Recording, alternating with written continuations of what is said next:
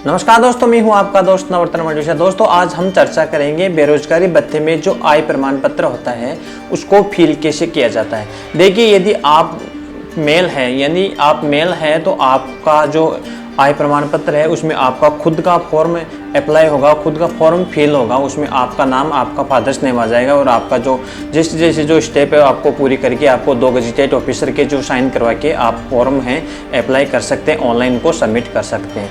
आप जो मेल है, मेल का तो ये पुरुष है तो पुरुष का तो ये यहाँ पर ही जो ये सिस्टम पूरा हो जाता है। अब देखिए, जो दूसरा सिस्टम कौन सा है कि यदि आप फीमेल हैं, फीमेल में 2 दिक्कतें आती हैं। वो फीमेल थोड़ी सी गलती के कारण वो आप खुद का फॉर्म अप्लाई करती है तो फॉर्म उनका रिजेक्ट हो जाता है। तो देखिए वो क्या गलती करती है, वो गलती ये करती है कि यदि लड़की मतलब अनमेरिड है, लड़की अनमेरिड है तो उनका जो बेरोजगारी भत्ते का जो ऑनलाइन फॉर्म भरते हैं उस समय वो क्या है डिटेल्स में थोड़ी गलत जानकारी दे देते हैं। लेकिन उसके पहले हमें जो ऑफलाइन जो फॉर्म होता है वो ऑफलाइन फॉर्म स्कैन होता है। तो वो फॉर्म ऑफलाइन फॉर्म स्कैन होने के बाद में जैसे वो सबमिट हो जाता है तो उनका फॉर्म रिजेक्ट हो जाता है। अब देखिए, जो लड़कियों का फॉर्म ज़्यादातर रिजेक्ट क्यों हो रहे हैं, वो इसलिए हो रहे हैं कि यदि अनमेरिड लड़की है तो उसमें खुद का नाम आ जाएगा और उसके नीचे जो फादर्स नेम है फादर्स नेम आ जाएगा और कैंडिडेट और फादर्स नेम आ जाएगा। और वो जैसे ही ऑफलाइन फॉर्म को ऑनलाइन करवाती है तो उनका फॉर्म है वो सबमिट होने के बाद में उनका वेरीफाइड एक्सेप्ट हो जाता है।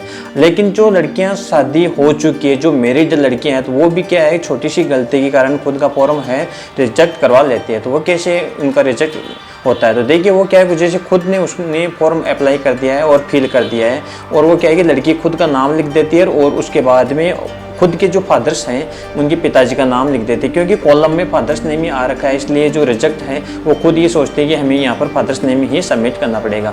लेकिन यदि लड़की की शादी हो जाती है तो उसमें फादर्स नेम नहीं आएगा, क्योंकि आय का ब्यौरा है वो खुद की फैमिली का देना पड़ता है, जिस जगह वो रह रही है अपने परिवार के साथ। क्योंकि वो पति के साथ रहती है, इसलिए पति का मतलब पारिवारिक जो आय होती है उसकी पारिवारिक आय में पति की या उनके जो ससुर होता है उनकी वो आय उसमें सबमिट करनी पड़ती है।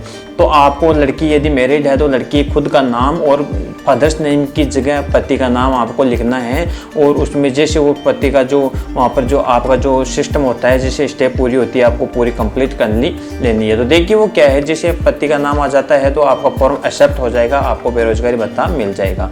तो आपको यह गलती नहीं करनी है कि आप शादीशुदा हो और शादीशुदा लड़की हो और आपने फादर्स नेम वहाँ पर सबमिट करके फॉर्म अप्लाई कर दिया, ऑनलाइन सबमिट कर दिया है और फॉर्म वहाँ पर जैसे एक्सेप्ट करते हैं उस समय आपका फॉर्म रिजेक्ट हो जाता है। ये छोटी सी गलती आपको नहीं करनी है। आप यदि मैरिड है तो आपका हस्बैंड नेम आएगा और यदि अनमैरिड है तो आपका फादर्स नेम आएगा। तो दोस्तों, बेरोजगारी भत्ते से संबंधित यदि आपको कोई क्वेश्चन आपको मुझे पूछना है कमेंट बॉक्स में जरूर बताएं और मैं उस क्वेश्चन का जो आंसर है जल्द देने की कोशिश करूंगा। दोस्तों, मैं हूं आपका दोस्त नवरत्न मंडूषा। यदि आप हमारे यूट्यूब चैनल पर नए हैं तो प्लीज़ हमारे यूट्यूब चैनल को सब्सक्राइब करें, शेयर करें और बेल आइकन को प्रेस करें ताकि आने वाली नोटिफिकेशन आपके सामने सुरक्षित पहुंच सके। जय हिंद, जय भारत।